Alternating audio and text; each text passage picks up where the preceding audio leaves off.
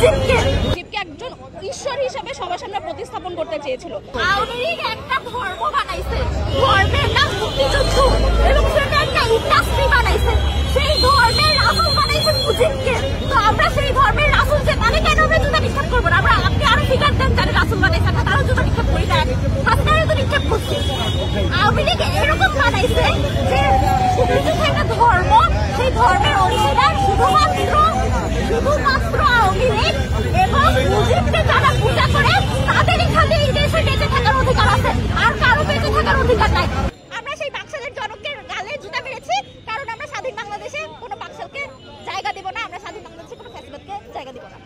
2 দিন আগেও এই চিত্রটা এখানে ছিল না। আপনি ভুল বলেছেন, এটা নভেম্বরে একা হয়েছে।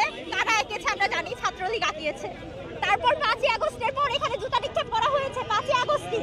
তারপর আবার কাদের সাহস হয় যে এখানে এটা মুছে ফেলে? কাদের এত সাহস হয়েছে? তাদের কেন শাস্তি হয় নাই? এরপর শুরুতে হাসিনারটা রিস্টোর করা হয়েছে, সেখানেও আমরা জুতা মেরেছি এবং সেই কর্মসূচিতে আমরা ছিলাম, আমরা প্রত্যক্ষ অংশগ্রহণ করেছি। কিন্তু হাসিনার পরে মুজিবের ধর্ম পালন করা শেষ হয় নাই বাংলাদেশে। আমরা দেখেছি এটা কেউ সাহস করে নাই, এটার গায়ে হাত দেওয়ার, এটা রিস্টোর করার সাহস কেউ করে নাই। আমরা অ্যান্টি ফ্যাসিস্ট কোয়ালিশন সেই সাহসটা করেছি, আমরা এটা রিস্টোর করেছি। পরশুদিন রাতে রিস্টোর করে আমরা আজকে এখানে জুতা নিক্ষেপ কর্মসূচি পালন করেছি।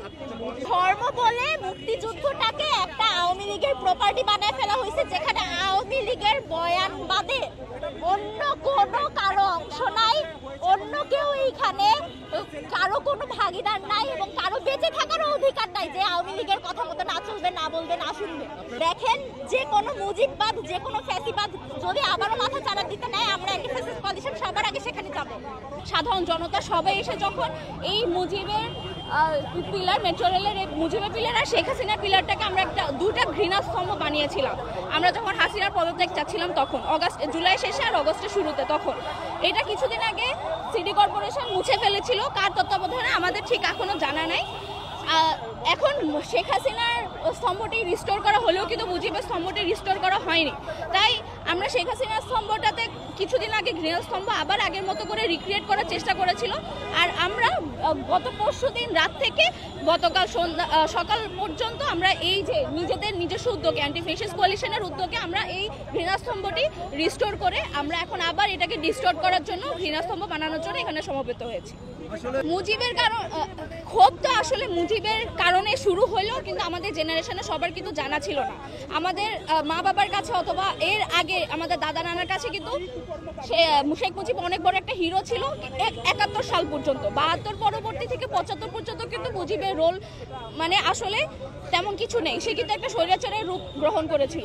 সে একদম স্বৈরাচার রূপ হিসাবে ফিরে এসেছিল স্বাধীনতা পরবর্তী বাংলাদেশে।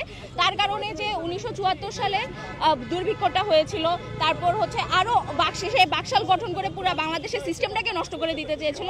সে বিরোধী দলের যে ভয়েস আছে সেটাকে সাপ্রেস করে রাখতে চেয়েছিল। এসব কিন্তু আমরা বড় হওয়ার পরে এসব কিছু আমরা আসলে জানতে পারিনি। হাসিনা আমলে কিন্তু শেখ হাসিনা আর আওয়ামী লীগ সরকার কিন্তু মুজিবকে একজন ঈশ্বর হিসেবে সবার সামনে প্রতিস্থাপন করতে চেয়েছিল। তার যে কোনো কুকর্ম আছে এটা কিন্তু সে কখনোই কিন্তু সামনে আনতে দেন। এই কাজটা কখন করে? একটা ফ্যাসিস্ট পার্টি করে। তাদের লিডারকে একজন ঈশ্বর রূপে দাঁড় করানো, তার মানে তার শতবর্ষ, আমরা এটার আরেকটা বড় প্রমাণ পাই এই শতবর্ষ। এখনো কিন্তু মুজিবের এই শতবর্ষ লোগোটা সব জায়গায় ইউজ করা হয়।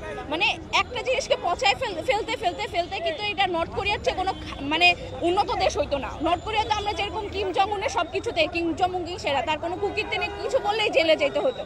ঠিক সেভাবে সেই পরিবারকে নিয়ে কিছু বলতে গেলে কিন্তু হাসিনা আওয়ামী লীগ সরকার আয়নাঘরে পাঠিয়ে দিত, অ্যারেস্ট করতো, ডিএসএ মামলা দিত।